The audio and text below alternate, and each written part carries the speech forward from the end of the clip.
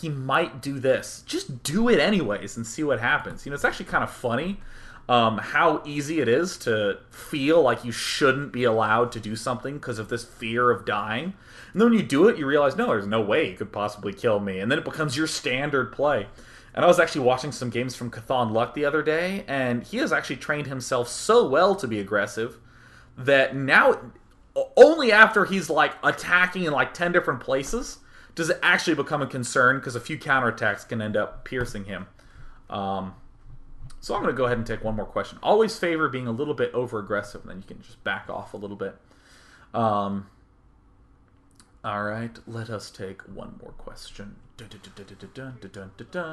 Muffley says, why didn't Zerg go Broodlords instead of Ultras, given that there was no real anti-air and there was a ton of anti-ground for Terran? Okay. Now, this is a situation that you'll hear me describe a lot, and it's so important that I still do describe it a lot. It's so key that you don't look at a situation and say, well, what would be good right now? Because honestly, the answer is almost always, yeah, that thing that you just said is going to be good if you had it in this circumstance. Yes, if there so happened to be Broodlords in that battle, I think that Dimaga would have been able to do a little bit more damage.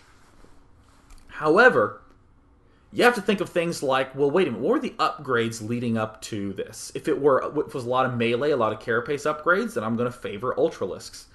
If I was doing a Mutalisk opening, I already have that Spire, so then I can get the Corruptors into the Broodlords a little bit more easily.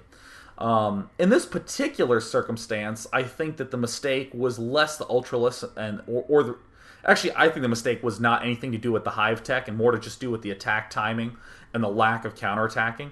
But still, even then, don't fall into this trap where you see an all-ground army and say, well, why doesn't he just get air? Because get air, there's a period of time where you have to invest money and time into getting it. What your brain is saying is, wouldn't it be nice if you just had air right now, which is zero investment, zero time, if it was just magically there? Yeah, it would have been helpful. But always important to think about leading into things and then following out with things. And also, I think part of the reason why Ultralisks were, I think, are an okay choice from Dimaga in that circumstance is that because he has all these spread out bases, it's a little easier to defend with Ultralisks and a little bit harder to defend with Broodlords. So yeah, that's what I have to say about that. I'm going to wrap up this slightly shorter than usual daily.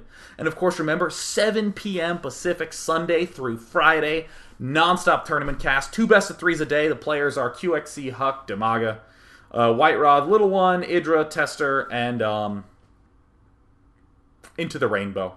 And of course, for any of you who don't know Into the Rainbow, he's been getting like top 4 in a ton of Korean LAN tournaments. His team, OGS, wins almost all the team leagues in South Korea, so he's very, very, very, very, very good. So, with that, I am signing out. Thank you very much. Bye-bye, everyone.